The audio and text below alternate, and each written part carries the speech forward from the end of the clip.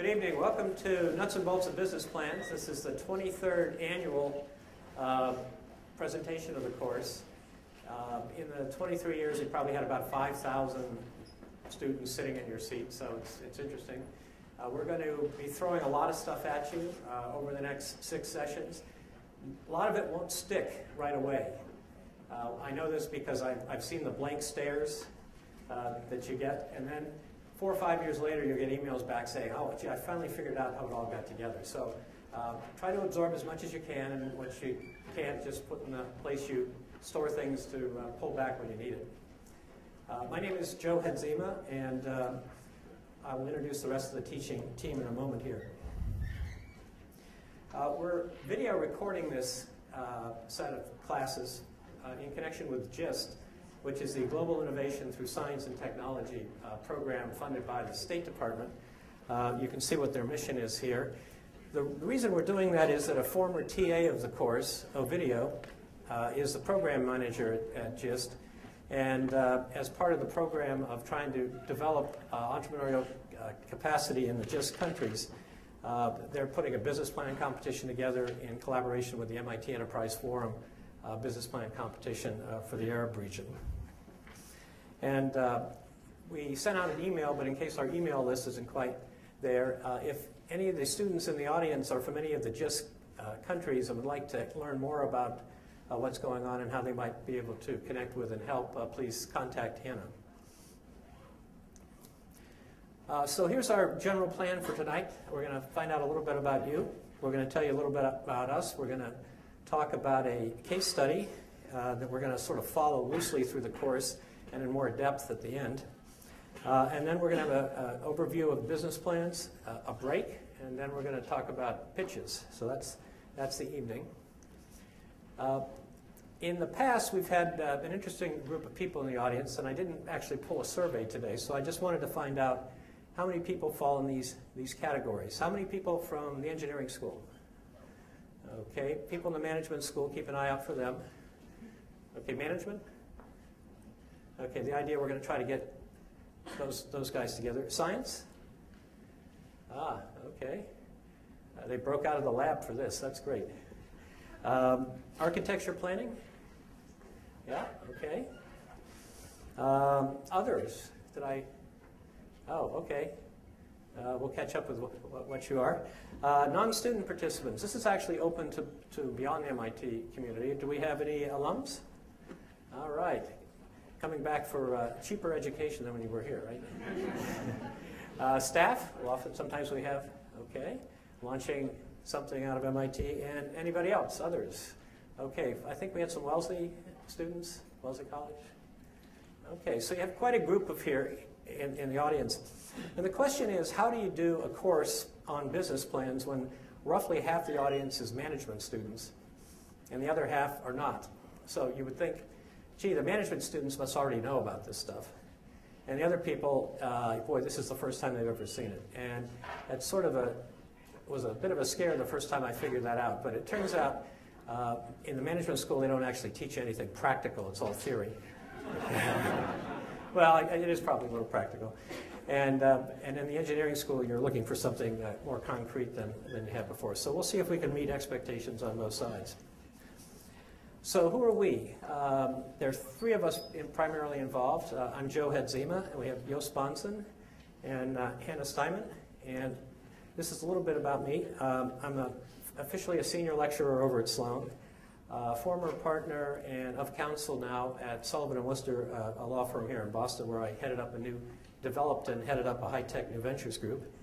I was one of the founding judges of what is now the 100K competition, back when it was the 10K. I had a long stint as chairman of the MIT Enterprise Forum globally, which is 26 or 28 chapters now around the world. It's a good thing to follow up if you leave Cambridge and go a place to check on Enterprise Forum. We'll talk a little bit more about that during the class.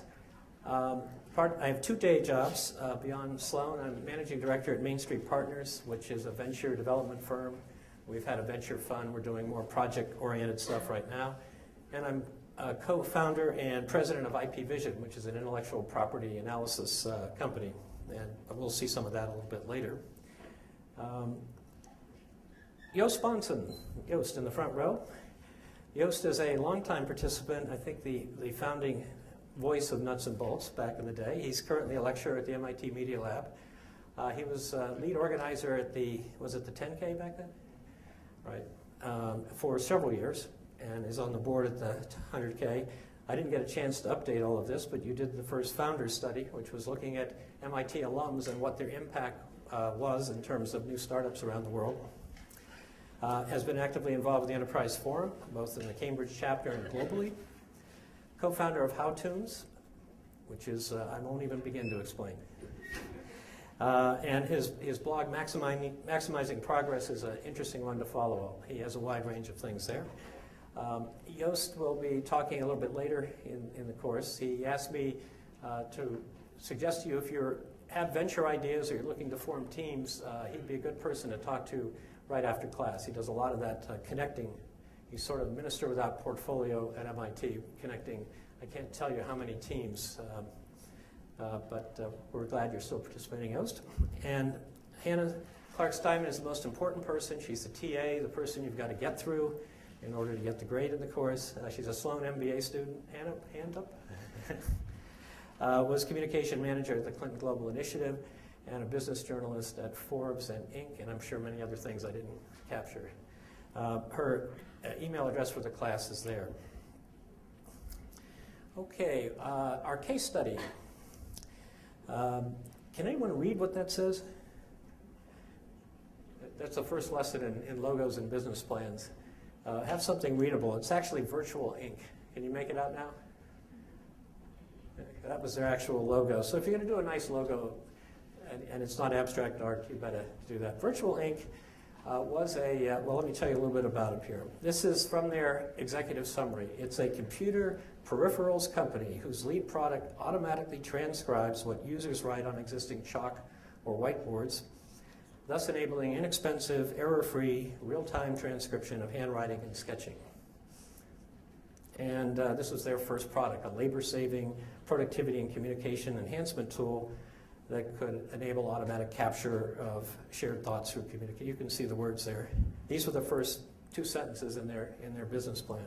Now, why virtual ink? Well, first of all, the concept is easy to understand. It's sort of an electronic whiteboard without being a whiteboard. You just put some things up there and you start drawing and it gets captured digitally on your computer.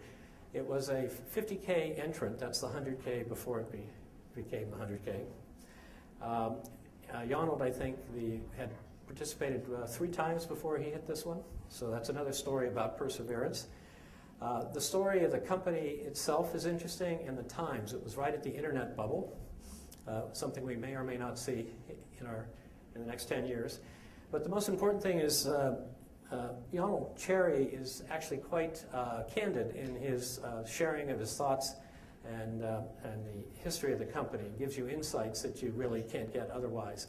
You know, if we were to bring in a bunch of very successful entrepreneurs, it usually goes something like, well, I had this idea in my dorm room and I made a prototype and we got funded and then we went public and now I'm wealthy. Now, you don't really learn a lot about that.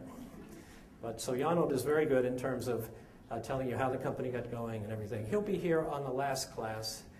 He's actually moved out of the Boston area, so we used to have him every class, but it gets to be a bit of a problem for him to fly up daily. We'll make references to the plan from time to time during the course, and the full plan is in the course reader, and we'll talk a little bit about where that is a little bit later at the break. So we're going to get right into talking about business plans, and then we'll take a break after that to talk a little bit about networking among you guys. Any questions so far? Okay. All right, so in this section on the business plan, I'm going to talk about why write a plan, or should you write a plan, what should be in the plan, and how it's used as a financing document. So the first question is why write a business plan? This is a Life magazine cover of Dwight D. Eisenhower, who was the Supreme Commander Allied Forces Europe during World War II. And he had an interesting quote that really catches for what we're doing here today. Plans are worthless. Okay, plans, they're really not worth much. but planning is everything. That's the key part of it. We call it the nuts and bolts of business plans. It's really about the nuts and bolts of launching a business, of thinking about it, of how to get it going, whether this is the right thing to do, how to attack it. One of our guests next week has already started blogging about how business plans are useless, so we'll attack him next week when he comes. But keep it in mind, plans are worthless, planning is everything. In fact, I was looking to see if we could update the business plan from Virtual Inc. because there was some question about whether Jana would be able to make it this year, and it is back about 1997. So I wanted to get something a little more up to date. And I called a number of people that had launched companies that are pretty well known locally successfully here, and I said, do you have a plan you would share? And they sort of, I heard this, well, we didn't really write a whole plan. And so after a few calls like that, I realized that they did the right thing. They didn't have to write a full business plan. But we're going to talk about the plan as a planning process. And then you pick where you're going to be on the spectrum. This is, again, a follow-up on that concept. This was the Wall Street Journal. Do startups really need formal business plans? And the suggestion is you don't need 40 or 50-page plans. You just need to figure out something and go out and try it and do it. That's the basic concept today of lean startup. Have people heard that term? Lean startup? Okay. It's something very caught on quite in the Web 2.0 area where you can do things very quickly. Given the infrastructure of the internet, you could put a company together over the weekend, a concept, and try it out almost within a week and find out whether it's going to work or not, or at least see if you're in the right direction. So again, we're not talking specifically about writing the plan, we're talking about the planning process. So you may have to write a plan because the financing people may eventually require it. Strategic partners, when you try to explain what it is you do. Explaining your business to customers and maybe to attract key people. These are reasons people have given for writing a plan, but the real issue is you need to write a plan or at least think about it because you need to understand what the business is. Now, are anybody in the audience working on social developmental type projects? Okay, so when I talk about business here, I'm really talking about a project. You're trying to accomplish something. Business is a shorthand for that, where typically you make a product or a service and deliver it and people pay for it. It's the same process with social developmental. It's just the terminology is a little bit different. So I'll try occasionally during the class to try to connect those for you. And I think we will have a separate session on that next week, separate from the class. We'll give you more detail on that.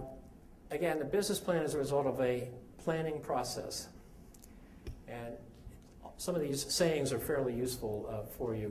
People don't plan to fail. They just fail to plan, right? So you launch into things and don't understand who your customers are. That's a classic problem. Tomorrow night, Bob Jones will come in and talk about knowing your customer and some personal experiences that were very painful for him in failing to do that. But so many people don't really know who their customers are. When we had the last big meltdown in the financial market and the venture stuff had dried up, I ran into some people on the street and I said, how's it going? Well, they had gotten their funding before the crash, and they said, well, it's going great. We're working on the product. We're doing this and that. And I said, yeah, but do you have any customers? And they said, well, we got some people interested, and we're talking with them. And I said, have they written you a check or somehow, put some resources at your disposal? Well, no. And I said, well, that's the problem. You don't really know if you have a customer. So figuring out whether you've got a customer is a key theme in the course. Why will they buy whatever you're proposing to do?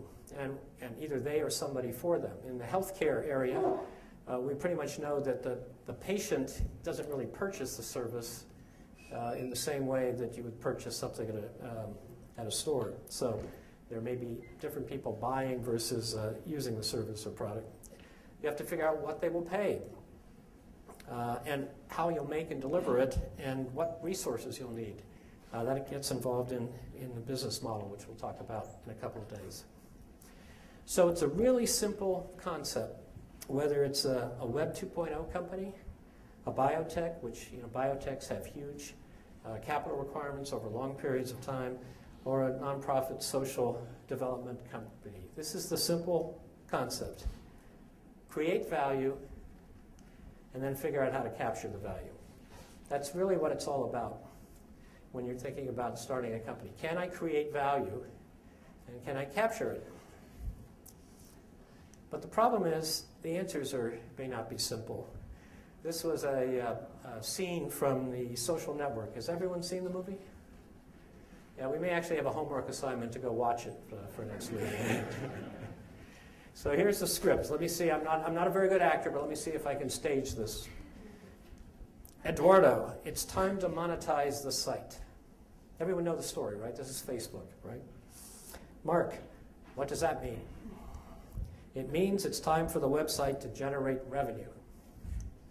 No, I know what that means. I'm asking you how you want to do it. Advertising. No. Eduardo, we have 4,000 members. Mark, because the Facebook is too cool. If we start insisting upon pop-ups for Mountain Dew, it's not going to... Well, I wasn't thinking of Mountain Dew, but at some point I'm talking as the business end of the company. The site, we don't even know what it is yet. We don't know what it will be. We don't know what it can be. We know that it's cool and it's a priceless asset. I'm not going to give it up. Eduardo, when will it be finished? Does anyone remember what the next line is? Yeah. Whoops. It won't be finished. That's the point. The way fashion is never finished. Okay, so the concept is simple. Remember, create value, and there's value in Facebook because of what it is. You know, they're still trying to figure out how they're going to really capture the value. And this initial discussion at the beginning about, well, advertising, you know, we have 4,000 users. That would have been a way to capture. And yet we know what this history is on that. So concept is simple, the answers are not. Okay, now, over the years as I've been thinking about business and business plans and conveying things, I came up with a sort of a pyramid to think about the business plan. So at the top of the pyramid is the mission or vision statement. That sort of describes what it is you're doing, very short. Under that is the elevator speech, which supports the mission statement. Elevator speech is traditionally when all the venture capitalists were in high-rise buildings, you would get in the lobby, the elevator would start up, and the VC would turn to you and say, tell me what you do. And you have however long it takes the elevator to get to the 30th floor to explain what it is that you do and make the pitch to get the money. The problem is a lot of the VCs have moved to the suburbs and the elevators are only 2 floors or there's a stairway. So you've got to be really concise. You don't have 30 floors anymore to make an elevator pitch. Underneath that is then the executive summary. The executive summary is actually the document. The first 2 are statements. The executive summary. We'll cover that a little bit more today in detail. Underneath that would be, we'll call it the PowerPoint presentation, the pitch, when you are explaining it to people in person. And then the full plan supporting all of that. And underneath that, the various sections of a full plan. Everything from the financial projections, the technology, intellectual property, the market, all these pillars that all have to fit together to support the thing at the top. And your job is to figure out, in whatever concept you're trying to explain, to do, is how to take your idea and create this pyramid. So that if I ask you and I keep going deeper and deeper down the pyramid, you have answers at each stage. So you attract me in at the top, and as we go down, I learn more and more about it. Now, what is the time or amount here? The mission statement is usually a paragraph. The elevator speech is 30 seconds or however long it takes the elevator in the suburbs, maybe 15. Executive summary is 2 to 5 pages maximum. The PowerPoint is the famous 10, 20, 30. 10 slides, 20 minutes max, 30-point type. So that's the goal. I don't follow that in my presentation tonight, but I don't have to. I'm not pitching it. And the full plan is 20 to 30 pages. There may be some appendices. So keep this pyramid in mind as we go through the various sections. Our class sessions are going to be dealing a lot with the foundations underneath. and then we'll try to build it back up. Any questions on the pyramid? Are you with me? Okay. Yeah, because we're taping, if you have a question, just work your way down. And let me see what we have here. Why don't we catch it? Can we catch it a little later? Okay. Yeah, because I should. Okay, so who should write the plan? The founder alone, you know, that's possible. The team. Some people can't really write. I've taken people out to companies because the founders can't really put it together. It doesn't really matter, but the important thing is you have to own it. You have to know what's in it. So even if you're not the best writer in the world and you get some help on it, at the end of the day, you have to know what's in it and be able to convey it. Now we get to some real practical things if we actually do end up writing a plan. What should it look like? Well, I've seen plans that have been 3-inch thick block binders. And the problem with that is can anyone think what the problem would be with a 3-inch binder? Who reads these things? Somebody, if it's a venture firm, it's an associate who's screening through a lot of stuff. And if they're traveling and going on trips and you've got 15 things on your desk, do you think you're going to take a 3-inch binder and put it in your bag? Probably not.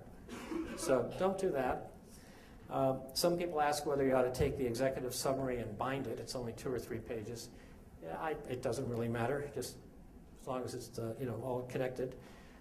People have asked about stapling, spiral, binding, Velabind, AccuBinder. It really doesn't matter. It's just, it has to look somewhat professional, not overly slick. It looks like you know what you're about. This is your statement about what you want to accomplish. So it has to reflect what your image is going to be. Now, the important thing is that it's a selling document. You don't want to lose sight of the vision. And the excitement must come through, but it's got to be defensible. You can't just make wild accusations. It's got to be defensible. These are typical sections of a plan. We'll go into them in more detail. This initial overview is just to give you some ideas of what's there. I think Steve is probably going to talk a little bit more about what pieces pull out of here in the pitch later on tonight. Notice that technology usually is not a section because it's not really about the technology. It's about something that you're going to deliver value to people. And the value may be delivered through technology, it may not. It's the value that you're talking about, and technology might be the core part, but you want to convey what the value is that's being created. Practical things. If you have a cover page, name of the company is always good. Address, telephone. I can't tell you how many times I've actually gotten a plan and I've read it and it says, boy, this is really good, and there's absolutely no contact information. So, I mean, if you spend all the time, put your name on it. Confidentiality legend is usually something that goes on it. Sometimes the securities law legend, we'll talk about that in more detail when we do a legal section later. And control numbering just to keep track of who has the copies. So here is the virtual ink cover page. You know that now because you know what the logo is, not because you can read it. It has all of the right things. It has the name of the company, the address, the contact information. And this was, so this is what it looked like when I first saw it.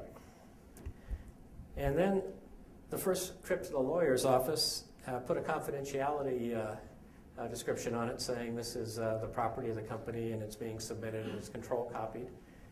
So that was the first trip. And then when they actually got serious to go out and raise money, back to the lawyer's office, and here's what it ended up looking like. So there are reasons for why these things are here, and they are serious reasons. We'll talk about it in the legal section. But from your perspective, to get started, just make sure people know how to contact you. Now, what else should be in a business plan? How about a table of contents? So you can figure out what's there, and page numbers. Again, people want to be able to read what you have and get to there quickly. Now, the executive summary. We're going to spend a few minutes on this because this is the first part of the written document, remember, under the pyramid. It's the first thing that investors read. Think of it as a resume for your whole plan, right? So when you go to You have a resume. You usually don't get a job based just on the resume, right? You get invited in for an interview. The resume gets you the interview. So the goal is to get the interview to give the pitch. So the executive summary has to be compelling for someone to say, I want to know more about that.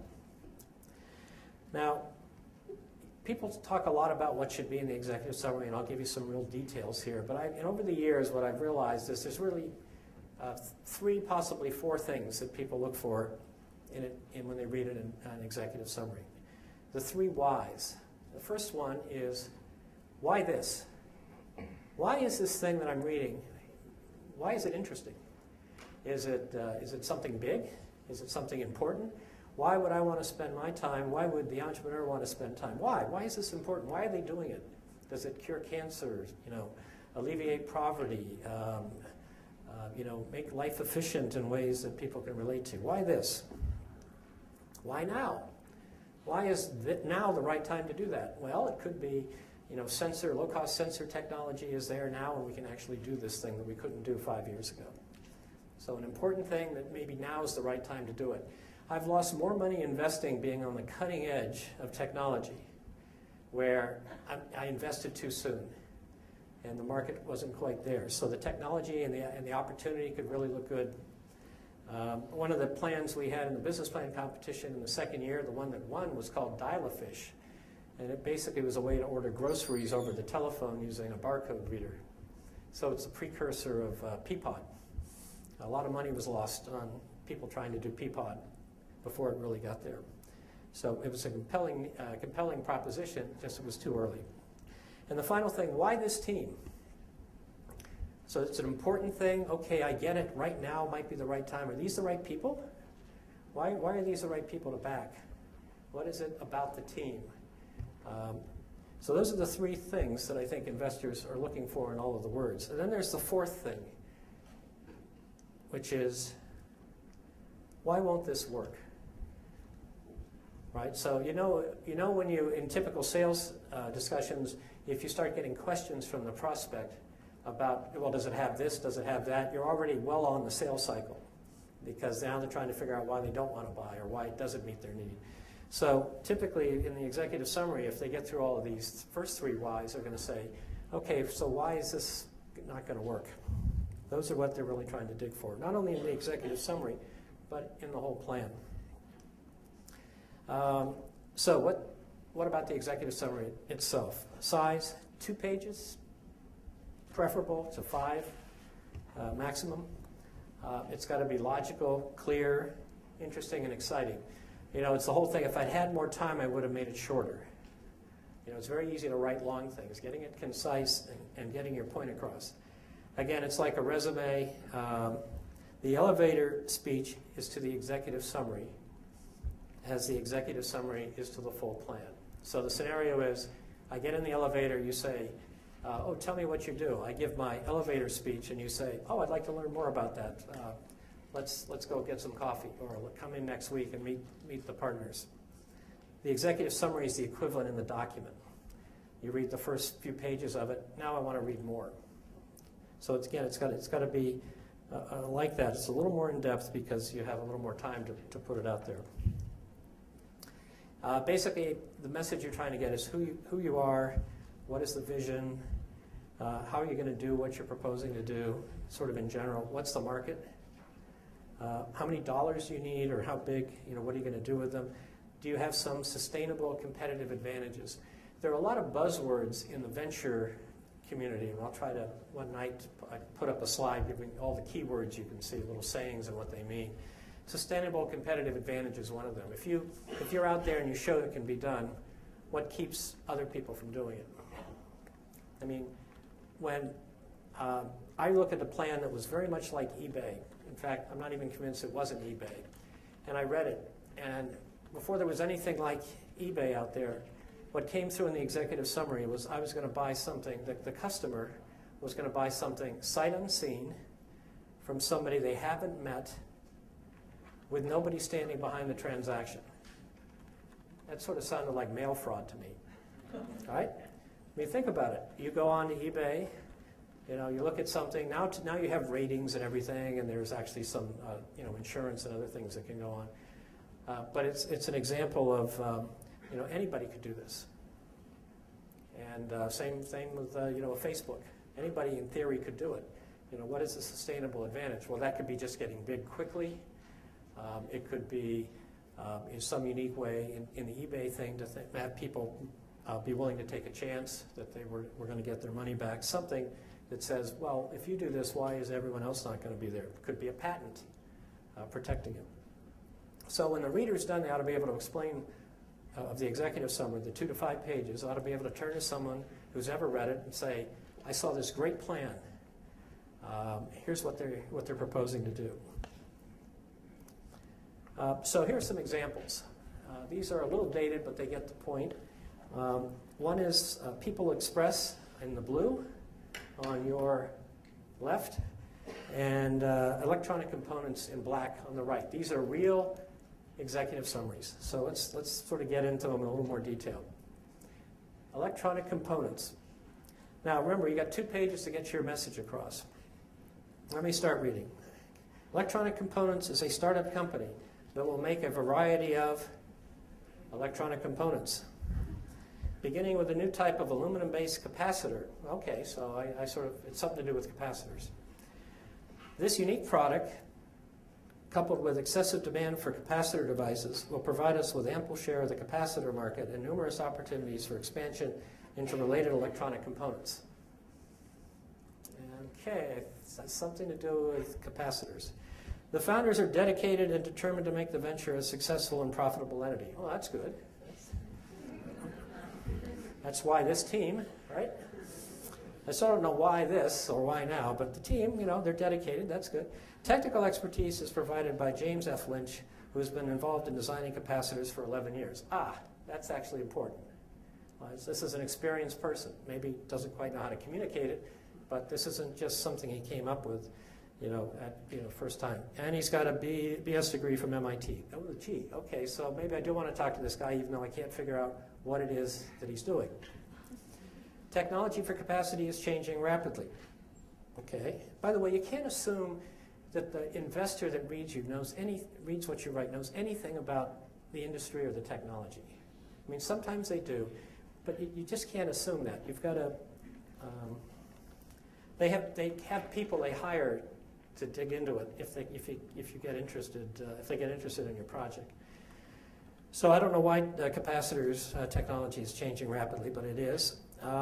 The company has an opportunity to capitalize on a major technological change by getting off to a quick start and expanding quickly. Okay. The proposal pertains to 2 additional phases of required financing. The first phase of about $150,000 for pilot plant has been completed from the personal funds of the principals. Actually, that's an important thing. These people have actually put money in it. So I've got an experienced capacitor person with a credible technical background who's already put money in and thinks there's an opportunity here. But I still don't know what the opportunity is. And then it goes on talking about it. Now, by contrast, this is People Express. So People Express was one of the first low-cost air carriers in the eastern seaboard, and was quite successful for a while, and then crashed and burned. Well, not literally crashed and burned, but went out of business. So here's their executive summary. The eastern seaboard of the United States is ripe for the entry of a new, super-efficient, low-cost air carrier to provide quick, reliable, intercity air transportation. So you have an idea of what they're doing already in the first sentence. Such an entity would bring to the Northeast the same benefits that have accrued to other areas of the United States. Okay, so there's a model for this, presumably successful. Chief among these benefits are frequent jet commuter service between major cities, prices competitive with private automobiles. I mean, I'm almost like a customer reading this, right? I could fly instead of drive. And fulfillment of the congressional goals in enacting the Airline Deregulation Act of 1978 to have better service at lower fares. So there's actually, this is the why now. There's an enabler. We had in the business plan competition in the first 10 years, you know, we announced the semifinals, and one team came up and said, well, I guess you didn't like our plan. Now, I didn't know which plan it was, so I said, well, what plan was that? And they explained it was basically the plan to replace the entire air traffic control system in the United States with their new advanced technology.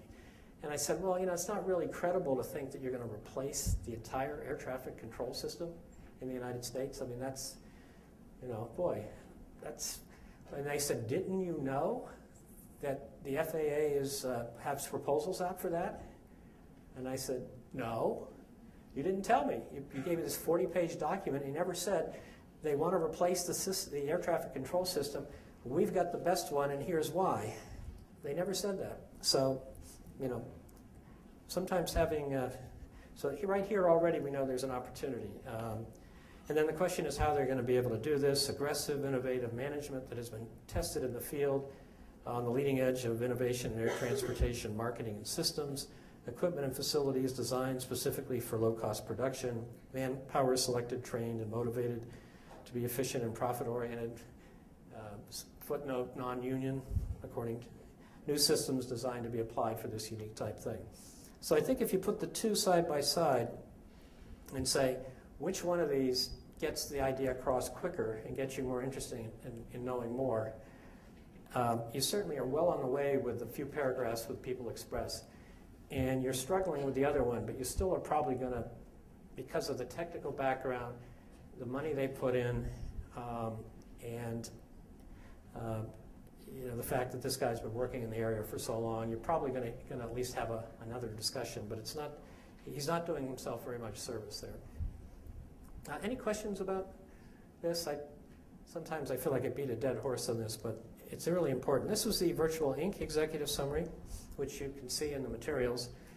The first two sentences you've seen in the earlier thing, they describe what the product is, what the market size. So when you have a chance to go look at the reader, take some time, read this, and see how it stacks up. I think they do a reasonable first pass job at it. I think it could be improved. By the way, it always comes in, there's a written requirement in the course for credit. We'll talk about that a little bit later, but it's an executive summary. Don't assume, every year someone writes it just like this, same thing. This is not exactly a model for how it should be written. So remember what you're trying to do. Why this? Why now? Why this team? And try to convey that. Okay, so we have the executive summary, and now we get into the body. This is sort of the big part of the pyramid. And these are some of the sections. What's the opportunity? What is it that makes this important now? How big is it? What are the trends? How fast is it growing, or will it grow? That's the capacitor industry is changing rapidly. Presumably here you'd explain why. New materials, different algorithms, new charging type things, whatever. Why is this the right time for your product or service? The convergence of opportunity and solution. So the air traffic control system and the FAA once in a lifetime is going to say, let's look at the whole system. That's a great opportunity. It won't be there. It wasn't there 5 years ago. It may not be there 5 years from now. LTE in the wireless space, there's an opportunity now. If people get in there, they're going to have an opportunity. If they wait, they don't. Market analysis. What is the market, the existing and planned products out there that you're going to be up against? And what are the competitive advantage? So if you're coming up with a new chip, computer chip, and it's going to take you 5 or 6 years to get there, and it's going to be twice as fast, that's probably not a real, you have to be what the market's going to be like when your product comes to there. That won't be good enough at the time. Some idea of who's there. This is really trying to show, I understand what I'm going after, who the potential customer are, how big they are, what their plans are. I actually know something about the space that I'm going to try to compete in. And a big question you usually get from a lot of venture capitalists would be, okay, I get it. Who loses if you win? If what you're going to do, you propose to do is successful, who's going to lose, and what are they going to do about it? You better have an answer for that, thinking it through, because not only you need that maybe to get funded, but you might actually need that to survive when the response comes from the people you disrupt. Marketing plan. What is, how are you going to get the news out there for what you're doing? How are you going to price it and distribute it?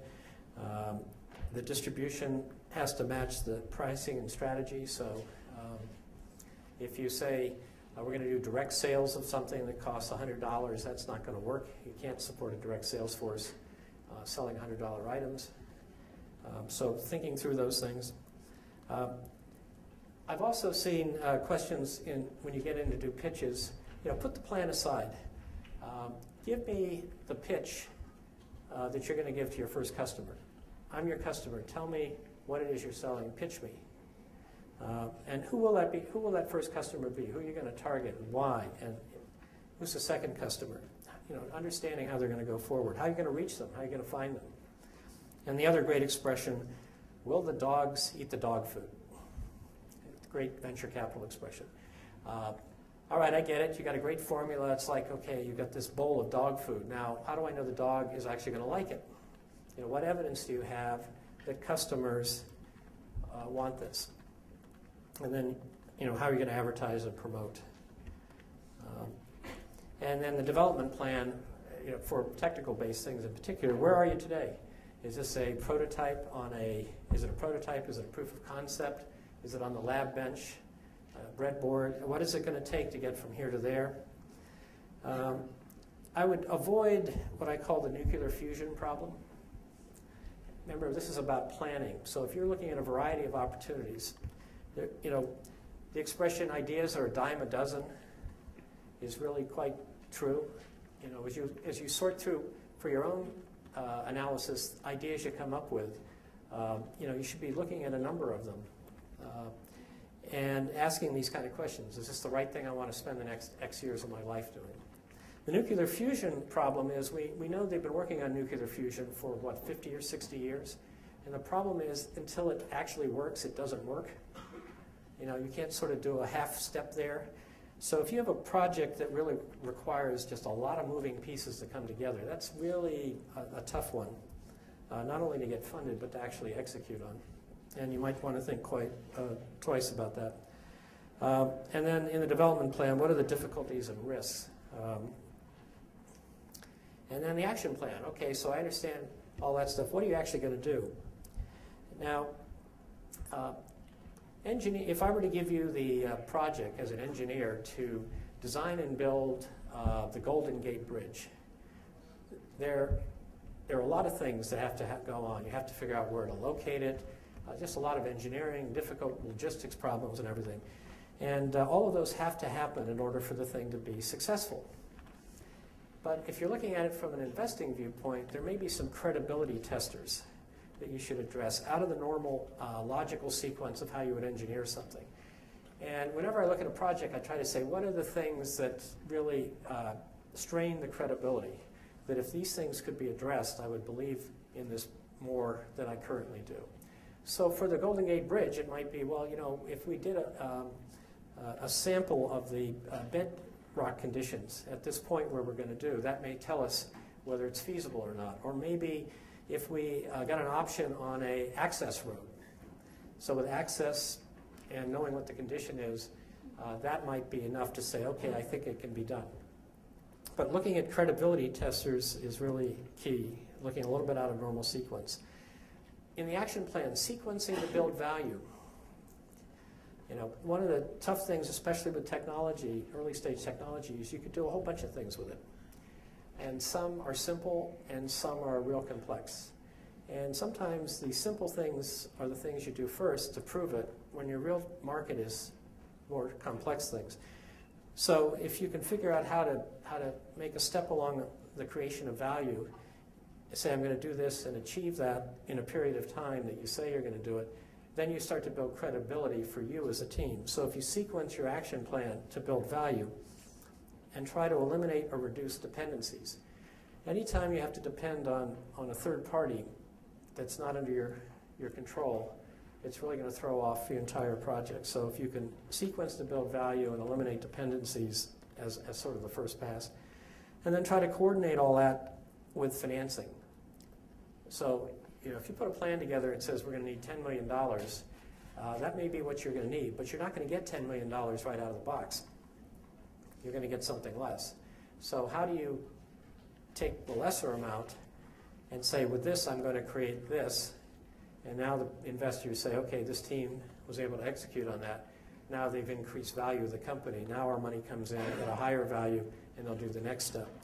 What you don't want to do is get caught sort of in between things. Well, we sort of ran out of money, and we need another $1 million until we can get the prototype.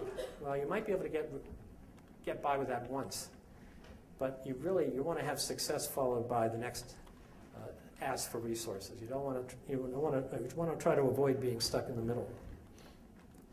And then appendices. There's always lots of detail. Don't put those in the plan. Have separate. Have these available if and when the due diligence happens. So an investor looking at a plan, if they really get the concept and they like it and everything, they're going to hire some people to go and dig around and test it out. They may call potential customers. They may look at the patents. They may do a whole variety of things. And you want to have these available to feed to them and guide where they go, but don't stuff those all in the plan itself. Have those ready. Fine-tuning the plan. You know, when I write stuff, after the second rewrite, I can't even look at it anymore. I mean, you begin to think it's sort of like object-oriented programming, you know. I write this module, and I remember how it works, but, you know, I couldn't possibly look at it again. So you begin to start reading it in sort of logical blocks and say, okay, that's where I talk about the market, and you can't really be an objective reader. So seek independent reading of your concept. It doesn't have to be the whole plan. It could even be part of it. It could be a retired industry pro, a customer maybe in the right circumstance. Any one of these people, accountants for the financial section when you're really getting serious, and lawyer when you're really going out to raise money. We'll explain why you could get in big trouble if you don't do that. Now, finally, the business plan as a financing document. Lita Nelson at the Technology Licensing Office did a great presentation, and I've borrowed some of that from her to talk about how to treat the plan as a financing document. And people that read it do 2 or 3 cuts. The first would be like a resume. You know, you make the cut so you can tell the rest of the story. The second reading justifies the investment. That's, remember, the part where I said, why won't this work? And the third reading is to commit to a plan. If I put the money in, what is actually going to happen? And the point is, if you can't get by the first reading, you never get to the second and third. So what is it that helps you get by the first reading? Well, here are some things that have traditionally worked. An idea just too good to ignore. I mean, it's just like, you could really do that? That would be phenomenal. Financial promise, too good to turn down. We can deliver this product to existing customers for 1/10 the price today and still make a big amount of money. Really? How do you do that? A team good enough to believe in. We have experienced people that have done it before. Or now, when you have a team, it may be your founding team, but you have to think of your external advisors as part of the team. And part of the thing an entrepreneur wants to do, you're always selling. You want to try to convince people to sort of join you in some capacity. And the team includes your external advisors. So if you find somebody well-known in the industry who says, gee, I'll sort of advise you, that's credibility. The fact that that person who knows something about it is working with you is credibility. So that may be a good reason. By the way, on any of those things, never, never, never list anyone as an advisor without asking that person, is it all right to list you as an advisor? I've seen situations where I've had a call from someone say, oh, I see you're working with so-and-so. And I said, I had one meeting with him. Why do you think I'm working? Well, he's got a business plan out in the street saying you're head of his advisory board. Well, obviously that's sort of, either he's sort of delusional, lying, or just doesn't understand how it works. But in any event, that plan didn't go any further. What other reasons? An action plan that's credible and focused. Somebody says, we figured out how to get this right from here to there, then that could really happen. Details that give assurance of insight, commitment, and follow-through. That you actually know what you're doing. And a format and style that says there's passion, what these people really believe in this, but there's sanity too. They're really credible. Why plans fail the first cut? Here's some reasons. Insufficient market. We're seeking to raise $10 million to address a market, the total market size of which is $50 million. It's just not enough market to justify investing that much. Non-credible technology, usually not a problem around MIT, but sometimes too wild, too blue sky or unproven, may be there at some point, it's not there now, not likely to be, not protectable. As soon as you do this, anyone else could do it. There's just no patent protection that would prevent. Or too mundane. You know, this is really not a breakthrough that would be worthy of spending your time and our money to do. Investment too large for the promise, that goes with insufficient market. And the failure to understand the market or other reasons. I've seen biotech plans that don't even address FDA approval requirements, which is sort of key. Other reasons, plans that are not credible, too optimistic. We're going to design this new car in 6 months. Naive about the hurdles, evidencing they really haven't tried to do this type of thing before. Runs off in all directions. We're going to address 5 markets simultaneously. I've seen that. Not ambitious enough. That's the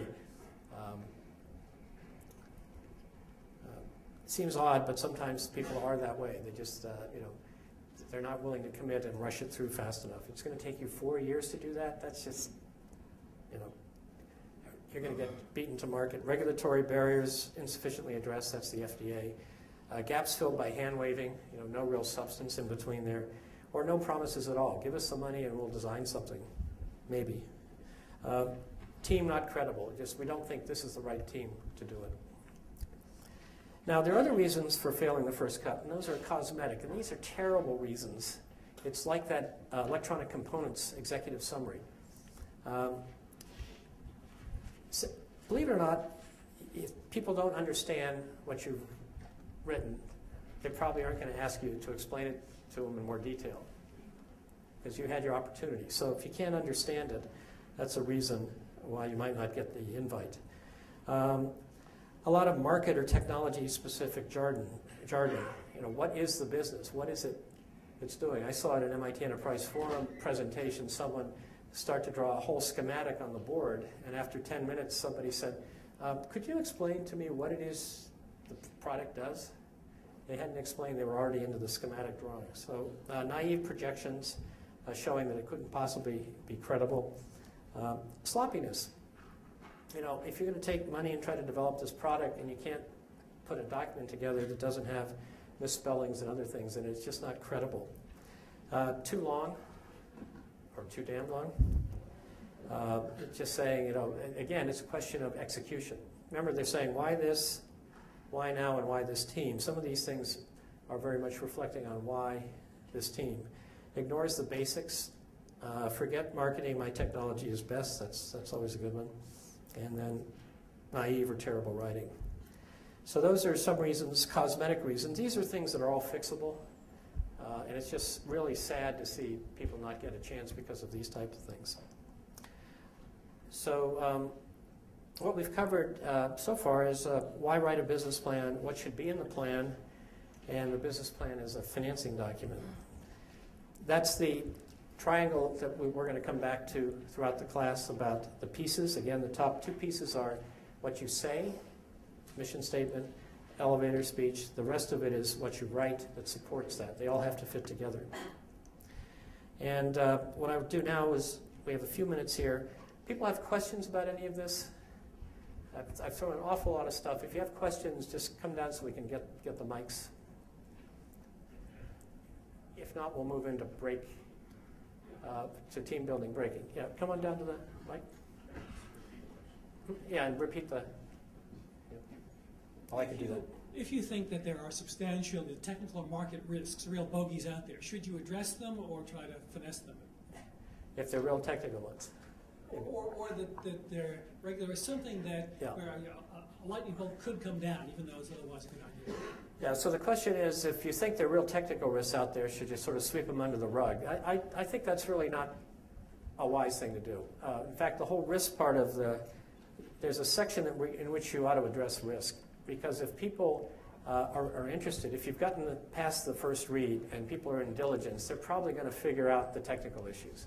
So the credibility becomes identifying those and what you're going to do about them. If this doesn't work, our fallback is we're going to use this other component or whatever. Sweeping stuff under the rug maybe gets you by sometimes, but I think, remember, what's the most valuable resource that gets employed in a startup business? I mean, what's the hardest one to get? It's not the money. It's the people. It's your time. There's plenty of money out there. If you can just get the formula right, the money will flow in. It's your time. So you really should understand what it is you're doing, and am I willing to invest that much time in it? But usually these things will get picked up in due diligence if it's a real, industry kind of, nobody's ever been able to do that. The other thing in addressing in a plan the risk factors is, remember my fourth why? Why won't this work? If you leave your reader to come up with excuses about why it won't work, they could go wandering off in every direction. Oh, a meteor may fall, or the stock market may crash, or whatever. You want to acknowledge that there's risk and lead the reader down a path that shows you're thinking about the risk and sort of confine their wanderings. Because if given a lot of time, they will figure out all the risks that may not be relevant to what you're doing. Is that good? Okay, yep. So when you talk about market opportunity, you use some data sources. How do you make sure your data sources match what the VCs have? Okay, so in market opportunity, well, there are two parts to, they're sort of validating how large a market could be. And the question is, what if you use a data source that the VCs don't? Well, presumably you're explaining what source you're using. But remember that the sizing of markets is really sort of a sanity check. In most cases, you want to start from the bottom up and say, who's going to buy these? And how do I reach them? And are there other people like them? And then build it up from there. It's the old Chinese glove. There it goes something like this. There are 2 billion people in China. If 10% of them live, or 50% live in areas where they need, could get cold hands. If I can sell 5% of them gloves, then I'll have a business that's this big. I mean, that's good for sizing. It doesn't really tell you how you're going to go about doing it. The other issue, especially for technology companies, it's hard, is often the market you're actually growing the market. So think about, I just invented the telephone. There's no communication device similar to that. There's smoke, coming off of fires. There might be semaphores. How big is that market? If you're successful, you're actually going to grow the market. And that's a trickier one, but I think addressed from the customer up viewpoint. In other words, you say, we've talked to, I've always meaning to do this. Does anyone know? I really don't. Who was the first customers for telephones? Yeah, I don't know either, but it could very well be somebody in someplace, if you have 100 telephones versus 2 telephones, it's a different proposition. So it might have been within a plant for communication. So especially in technology things where you're sort of growing the market, building it up from the bottom from the customer perspective becomes really important. The other one I do know the answer to, the patents for the diesel engine. Here's a good exercise in thinking about it. You just invented the diesel engine, and you have a licensing opportunity to license it. They're in the U.S. And there was somebody who was the exclusive licensee of diesel engine patents in the United States. Anyone want to give me an idea of who that might be? What type of? Who do you think licensed those patents exclusively? Just the government, okay? Because.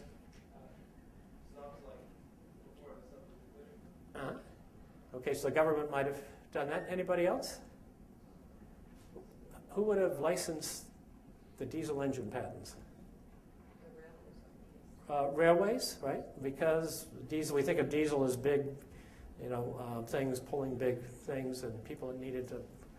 Okay, that's a possibility. It wasn't railways, wasn't the government. Gas engine manufacturers to expand their product line or something. I'm not sure which came first, but no, it wasn't those. Yep. The petroleum industry. No, no. Why would they do it? Because they would provide opportunity for their fuel? Okay. Well, I think they actually ran diesels on flour at one point, or coal dust or something. Yeah. A patent shark. Today, yes, that would be a case. Of course, it's not useful if nobody's using the diesel engine. We'll talk about patent sharks during the legal part. They're trolls, too. I think they're called trolls. Anybody else? I'll start to give you clues. I've only had one person get this right. Okay. It wasn't somebody who made vehicles to sell to other people, be it trains or cars or trucks. It was somebody who needed to move things. The mail system. You're getting closer. The mail system. But that's not it. Yet it was something that that it was consumed daily, and the company's still around. Yeah.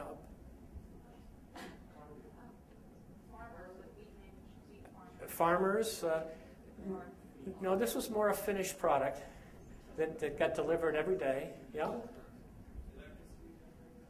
Electricity generators. No, it was something that was delivered. I'm giving you better hints here. Milk. You're getting closer. What gets delivered that's a little more potent than milk? What? Water? Oh, come on. What do you like to do when you're watching the Super Bowl? What do you? Beer.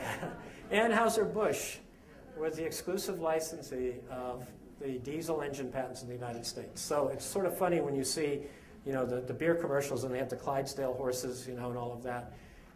You could picture why, beer is heavy. They had to lug it around.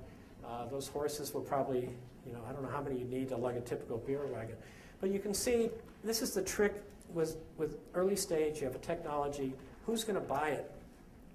And there was an end user, and we'll talk about, you'll read some about it during the readings for tomorrow, and Bob Jones will talk about it, who had a real problem that wasn't being met effectively by the way that they delivered beer.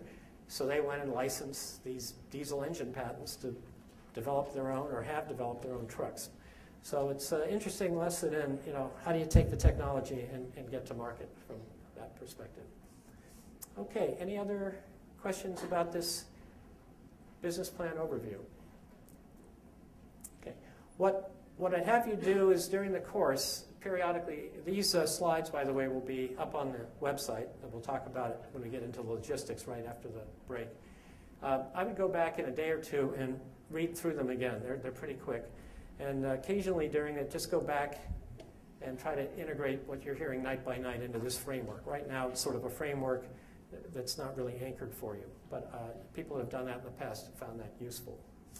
So what we're going to do, unless any other questions, out of this class over the years have come a number of companies are teams that have entered the 100K or not, but actual real companies that have gone on to be success. Because this was the first class, broad class at MIT that brought together the management side of campus with the engineering and science side. So every year we try to encourage, as part of the course, the writing requirement, teams to form. So we'd like during this break period we're going to do every night for you to stand up and introduce yourself to somebody who you don't know, who is not in the same, if you're in the management school, find someone, science and engineering and vice versa, and just start to have a discussion about what you're doing and what you're trying to get out of the course. And let's see if we can start to form some teams, because we will require by this Saturday, I think it's Saturday night or Sunday, I'll have to look at what we said, a list of what the teams are going to be to write the executive summaries. We'll go into that in more detail after the break. But let's take the next 15, 20 minutes, stand up, introduce yourselves, and we'll reconvene at right at about 7:25. Okay.